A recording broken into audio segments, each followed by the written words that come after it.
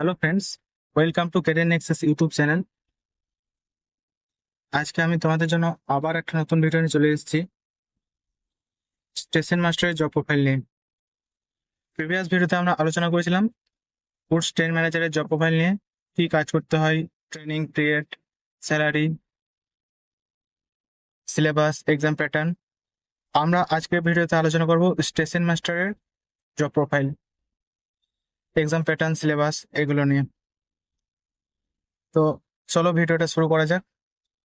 আমরা এই ভিডিওতে আলোচনা করব যে ওয়ার্ক, কি কাজ করতে হয়, ডিউটি টাইম, এজ ক্রাইটেরিয়া, এই এক্সামে বসার জন্য কতটা এজের প্রয়োজন, minimum age, maximum age, education qualification, শিক্ষাগত যোগ্যতা, নিয়োগ পদ্ধতি, exam pattern, syllabus, training period, training কত দিনের হয়, স্যালারি।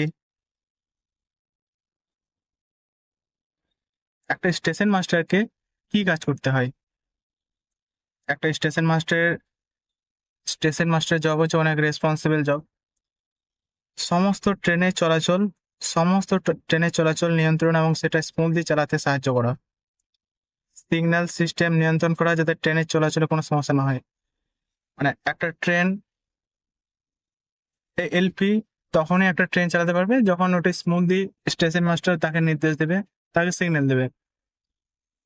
স্টেশন এবং প্ল্যাটফর্মে নিরাপত্তা নিশ্চিত করা, দুর্ঘটনা প্রতিরোধ, সতর্কতা অবলম্বন করা। স্টেশন মাস্টারের এটার পাশাপাশি ট্রেনের সিগন্যাল দেওয়ার পাশাপাশি আরেকটা দায়িত্ব যে স্টেশনে যে যাত্রী আছে তাদের নিরাপত্তা প্রদান করা, যেমন স্টেশনে কতগুলো আরপিএফ আছে বা আরপিএফ কতগুলো থাকা প্রয়োজন, এগুলো সবই স্টেশন মাস্টারের কাজ।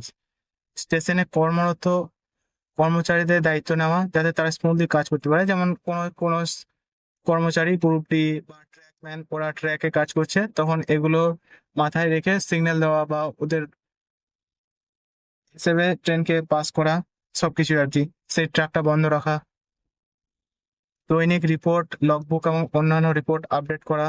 মানে একটা স্টেশন মাস্টারকে পুরো স্টেশনের সবকিছু ডেটা, এগুলো রিপোর্ট তৈরি করা, সেগুলো রেকর্ডগুলো আপডেট করা, অ্যানাউন্সমেন্ট করা, মানে যদি এমার্জেন্সি কোনো কিছু হইলে সেটা অ্যানাউন্সমেন্ট করা। এখন অনেক স্টেশনে যেগুলো ছোট স্টেশন, সেখানে একটা স্টেশন মাস্টার আন্ডারে অনেক কাজ থাকে, যেগুলো কাজগুলোকে মার্জ করে দেওয়া হয়। যেমন যেটা যেটা এমার্জেন্সি সেকশন আছে সেটা তখন স্টেশন মাস্টারই সামলায়। ডিউটি টাইম কি আছে এখানে? ডে এবং নাইট দুটোতেই ডিউটি হতে পারে। এখানে নো ফিক্সড টাইম, মানে যে এটা শিফটিং এ ডিউটি হয়। ফিক্সড টাইম কিন্তু শিফটিং এ ডিউটি হয় 6, 8, 12 ঘন্টা। 6 ঘন্টা ডিউটি কোথায় হয়?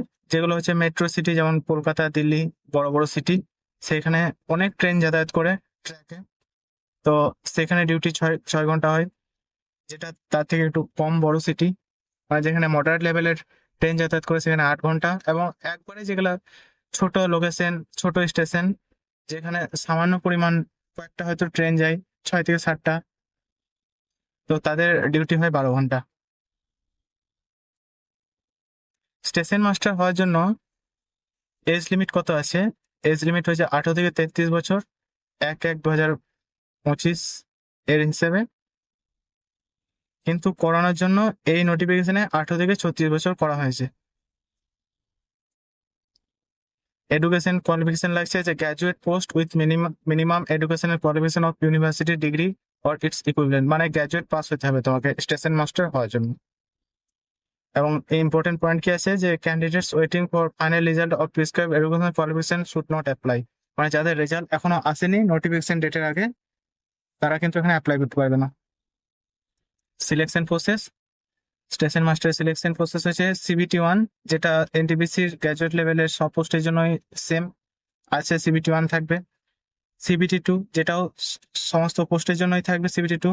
এবং এখানে স্টেশন মাস্টারের জন্য আর একটা যে এক্সাম হচ্ছে বা স্কিল টেস্ট বলতে পারো, সেটা এটাতে অ্যাড হচ্ছে, যেটাই কিন্তু গুডস ট্রেন ম্যানেজারে ছিল না, কিন্তু এখানটায় আছে কম্পিউটার বেসড অ্যাপটিটিউড টেস্ট। যেটা গুডস ট্রেন ম্যানেজারের খালি দুটো এক্সাম ছিল, কিন্তু স্টেশন মাস্টারের কম্পিউটার বেসড অ্যাপটিটিউড টেস্ট। এটা অ্যাড হচ্ছে এখানে। এক্সাম প্যাটার্ন কি আছে, প্রথমে ফার্স্ট স্টেজ সিবিটি, যেটা সব পোস্টেই আছে, 90 মিনিট টাইম আছে। General awareness 40 number, mathematics 30 number, reasoning 30 number, total number হচ্ছে 100 নাম্বার, এবং 1/3 নেগেটিভ মার্কিং আছে।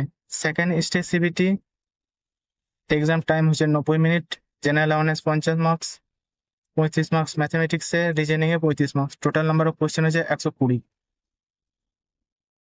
আর যেটা হচ্ছে যে একটা স্কিল টেস্ট হচ্ছিল, যেটা বোর্ড 10 মেজারে ছিল না, সেটা হচ্ছে computer based aptitude test.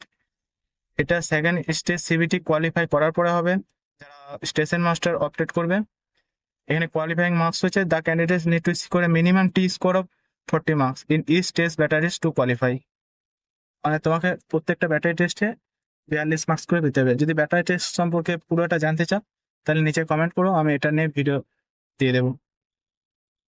Syllabus কি কি পড়তে হবে, ম্যাথমেটিক্সের জন্য number system, decimal fraction, LCM SF, ratio proportion, compound interest. তোমরা ভিডিওটা পজ করে তোমার সিলেবাসটা দেখে নাও। Elementary statistics, general intelligence and reasoning আছে, analysis, completion of number, alphabetical series, decision making, interpretation of graph, ETC. General awareness current events of national international importance, game and sports, general science and life science up to 10 CBSE. মাধ্যমিক লেভেলের CBSE বোর্ডের যে সায়েন্সের syllabus আছে, ওটা পুরোটা cover করতে হবে জেনারেল অ্যাওয়ারনেসে।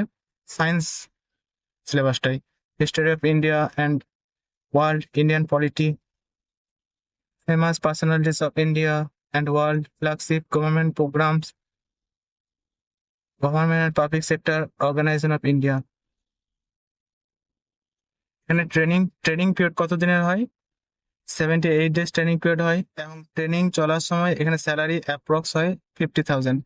এখানে ট্রেনিং চলার সময় কোনো স্যালারি ডিডাকশন হয় না, মানে ইনকাম ট্যাক্সে কোনো ডিডাকশন হয় না, ওই জন্য এখানে 50,000 মতো স্যালারি হয়। এবং ট্রেনিং শেষ হওয়ার পরে স্যালারি হয় 50 to 55K, এবং এটা সিটি লোকেশনের উপর ভ্যারি করে, XYZ।